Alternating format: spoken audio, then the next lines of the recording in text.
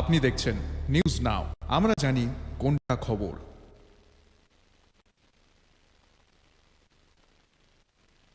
রাজপথে নেমে দলের সংগ্রাম তহবিল সংগ্রহ করছে সিপিআইএম। সোমবার মেলার মাঠ এলাকার দোকান থেকে অর্থ সংগ্রহ করেন দলের কর্মকর্তারা। জনগণের স্বার্থে জনগণের অর্থে লড়াই করে সাধারণ জনগণের কাছ থেকে অর্থ নিয়ে তাদের বিভিন্ন দাবি দেওয়া আদায়ের লক্ষ্যে লড়াই করে যাচ্ছে দল।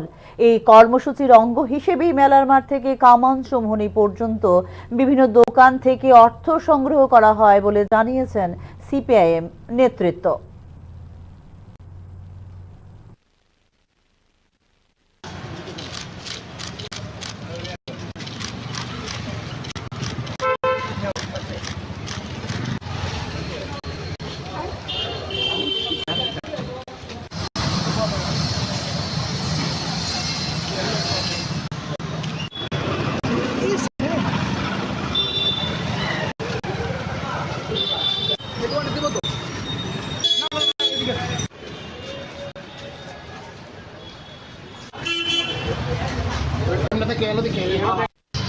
সাধারণ জনগণের স্বার্থে লড়াই করে সাধারণ জনগণের অর্থে সাধারণ জনগণের কাছ থেকে অর্থ সাহায্য নিয়ে সাধারণ জনগণের দাবি দেওয়ার ভিত্তিতে লড়াই।